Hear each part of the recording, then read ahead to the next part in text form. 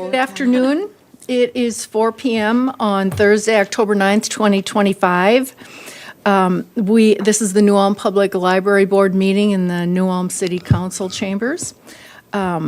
We have our agenda, and I hope everyone got a chance to look over the meeting agenda. Do we have a motion to approve the agenda? I'll move. Second. We have a motion and second. All in favor of approving the agenda, say aye. Aye. All opposed, nay. All right, on to approval of the minutes from September 11th, 2025. Do we have a motion to approve the minutes from last month's meeting? I'll move. Second. We have a motion and second. Is there any discussion on the minutes? Okay, all in favor of approving the minutes, say aye. Aye. All opposed, nay. All right, the minutes are approved. The next item is the financial report. We can go to that. We are 75.34% through 2025, and our budget is approximately 77.42% expended. Some of the bills that we paid during September included $704 to Amazon for a variety of items, books, audiovisual materials like DVDs, and our Library of Things games, and then just some general supplies. We also paid $230 to Demco for book processing supplies, $5,450 to Ingram for books, $268 to Metro Sales for the 2 printer contracts that we have with them, $111 to Riverview Sanitation for our monthly trash service, $55 to the Springfield Advance Press for our annual subscription, and $305 to Verizon for service for the 8 Wi-Fi hotspots that we offer to the public. The miscellaneous revenue line includes the faxing and sale of items like coffee and headphones, so that's why. And so right now it is, we have received 237% of the revenue that we budgeted for that line. I'm not really sure why we've seen such an increase this year. We had not met our budgeted revenue for the last couple of years before this, so I had decreased it, and well, that just was lucky, I guess. That didn't work. Jinxed us in the right way, I guess, to receive more. But that's, I have noticed that we're selling more coffee, and I think a lot of that is staff-driven. And then we, $8,875 of TDS grants were reimbursed to the special events programming line. I had mentioned that last month that it appeared overspent because we hadn't received those grants. So now that line is accurate again and spent at 54%. And then we used a fund balance earlier this year for the badge entry cabling for the entrances on the west side of the building, and that's still coded to the contractual maintenance building line. So when we consider that expense that was coming from fund balance, that line is spent at approximately 63% right now. And then I just want to note that the subscription and memberships line is overspent because of 2 expenses that were budgeted to the computer supplies and equipment line, but our auditor has recommended that those be coded to the subscriptions and memberships line. And I corrected that in next year's budget, but it was still under the computer supplies line for this year. So we have a license for our website where we have kind of a header website that allows it to look more like an official library website rather than just a sub-page of the city's website. And then also our LibData license, which we've paid in a previous month, both were coded to that line. So, and I'm also still expecting an invoice from EBSCO for our annual magazine subscription. So that subscriptions and memberships line will continue to be overspent due to that change in coding, but the computer supplies and equipment will be underspent to offset that. And then our budget is approximately 70.8% expended when we remove the spending for the Mellon Foundation grant in the Library Technology Grant and library furniture grant lines, and then that badge cabling project that I mentioned. And I'd be happy to answer any questions you have. Any comments or questions for April? Thank you, April. Okay, the library department and activities Right. report. So we have received resignations from library aide Heidi Schuf and library page Zach Klingel. Heidi's last day is October 15th and Zach's last day is October 25th. We wish them both well, and we're sad to see them go. They've been great to work with, and they both do a really excellent job for the library. So we just wish them the best in their next adventure. We will be hiring 2 pages. We have a position open right now for Megan Grotham's open position for library page, and that closes October 12th. So we'll be able to hire 2 people from that pool now for the library page position. And then the library aide position hasn't been posted yet. We usually wait to post until the current employee has had their last day. And then just a note, the maintenance technician, that position that I mentioned in recent months, that has been reposted. We did interviews, made an offer, and that person declined, so we just need to go back through that process again. And then our assistant director, Megan Kitterman, attended the Human Rights Commission Welcoming Week on September 19th.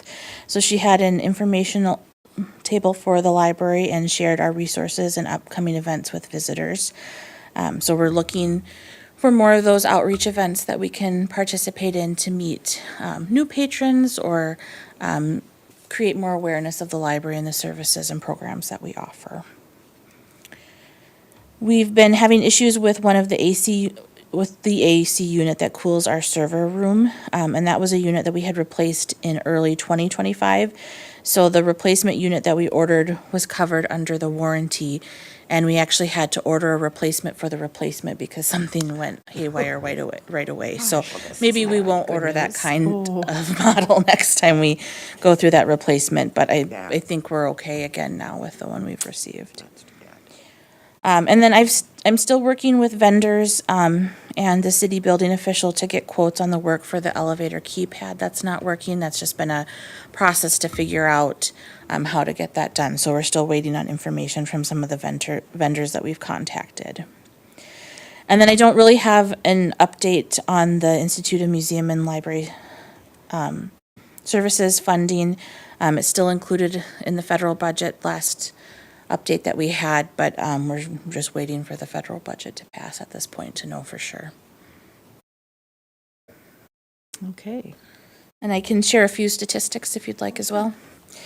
We had a total of 17 study room reservations in September. That was down from 34 in August, but that's following our typical trend of a decrease in traffic once everyone starts the back to school season. Our door count was down 10% between August and September of this year, but that's very similar to 2023 and 2024, where we saw 11% decrease between August and September. And our Wi-Fi stats have been inconsistent again. We saw a really big jump this month with those stats. So I've been working with Traverse de Sioux, our regional library, to identify the access points that might be picking up signals from neighboring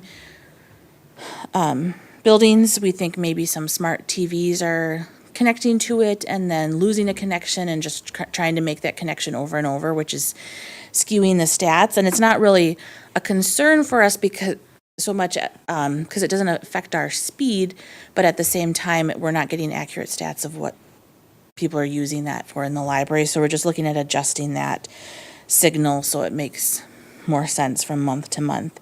I did reach out to Numis House to make sure that it wouldn't negatively affect their residents if we adjust our signals, and they have their own service there, so we'll be okay. Yeah, that's quite a jump. Yes. Okay, thank you. Oops, let me get back to the agenda here. The October programming.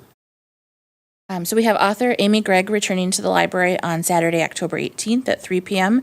She'll be talking about her new book called Foul Play, and that's the second book in her Accidental Farmer Mystery series. We're really excited to welcome her back. She does a really nice presentation, and from what I hear, the last presentation was a lot of fun. So, and then evening sensory playtime is Tuesday, October 21st at 6 p.m., and morning sensory playtime is on Thursday, September 30th at 10 a.m. And so we'll enjoy stories, songs, and lots of sensory play for children and their caregivers or parents. And just a note that the library will be closed on Friday, October 24th for our library staff training day. We will be open normal hours on Saturday, October 25th from 9:30 a.m. to 5 p.m. And then the Friends of the Library have their annual used book sale on Friday, November 7th and Saturday, November 8th. And Friends of the Library members can shop early on Thursday, November 6th from 5:30 to 7:30 p.m. You can renew your membership at the door, and if you're not a friend, make sure you become a friend before the sale so you can shop early if you want to. And you can stop by the library service desk, and library staff can get you the information you need to become a member. That's a very beneficial organization for our yes. library. It's a good group. Okay. Any questions or comments about the programming or activities? I just want to say that I enjoyed the presentation of A Farewell, the short film that was presented, and Carla Felt's presentation about it was the disaster, no, the corruption in the Brown County, and the also Scott Sparlin's introduction to his book. I enjoyed those things. So, thank you, library. Anybody else have any comments? All right, on to our action items. We have 2 today. The first one is resolution number 2025-26, approving the 2026 library fees and fines schedule. Before we go ahead with this, since it's been posted twice, are we good with just reading this resolution and adopting the fines, or would you like me to read through the schedule of fines and fees?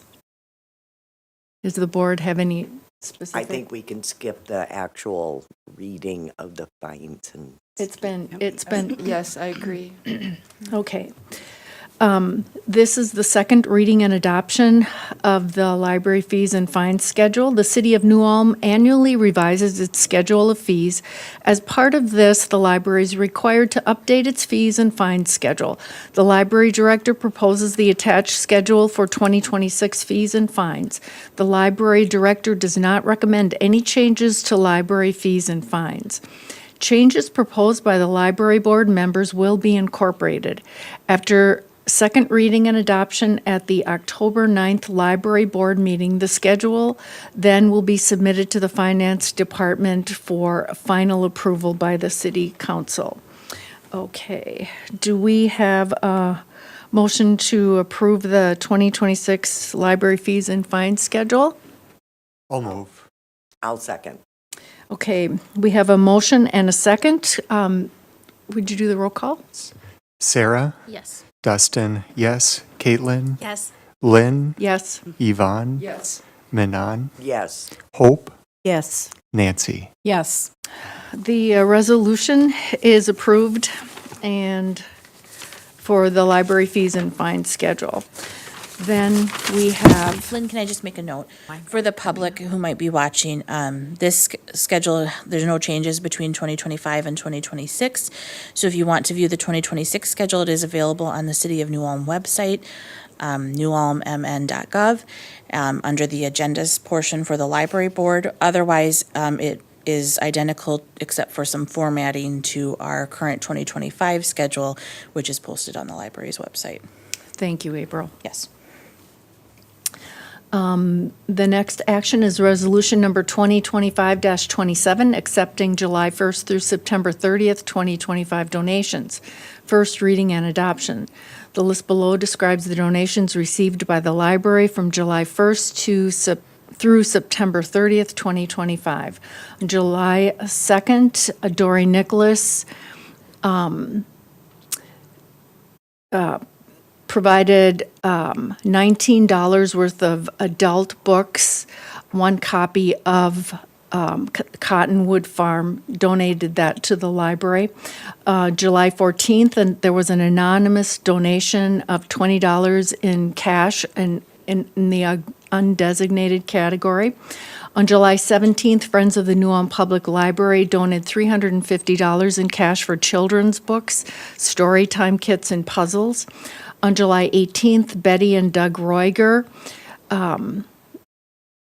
provided a cash donation in memory of Mardell A. Stieber for adult books. On July 29th, Larry Stieber provided a cash donation that was undesignated in memory of Mardell A. Stieber. On August 1st, there was an anonymous donation of $11.57 cash in the undesignated category. On August 5th, Judy and Nelson donated $20 cash for children's books. On September 4th, Robert and Helen Vogel made a cash donation of $25 for large print books in memory of Connie Besmer Iverson. On September 12th, Jill Kultz donated a $20 cash in undesignated funds for in memory of Carol Ackerson. On September 18th, Randy and Teresa Merkel donated $25 in cash in memory of Connie Iverson. And on September 29th, Michelle Finneran donated $75 for board games and 2 board games and 2 puzzles. On September 30th, the Optimist Club of New Ulm donated $800 in cash to children's programs. This is $1,446.57 total cash donations, $94 in total physical donations, for a total of $1,540.57 total cash and physical item donations. I just want to note that on September 15th, there was an anonymous donation of $100, just designated for the children's room as Miss Catherine sees fit. So just Children's General is the designation there. Oh, I'm sorry, I skipped that, thank you. Yeah, there's just a little skinny line there. Sorry. Okay. The Library Board of New Ulm Public Library accepts these donations with gratitude to the donors. Do we have a motion to accept these donations? So moved. Second. We have a motion and second. Would you do the roll call, Dustin? Sarah, Yes. Dustin, yes. Caitlin, Yes. Lynn, Yes. Yvonne, Yes. Manon, Yes. Hope, Yes. Nancy. Yes. Okay, the resolution is accepted. The donations are accepted. Then, do we have any other business?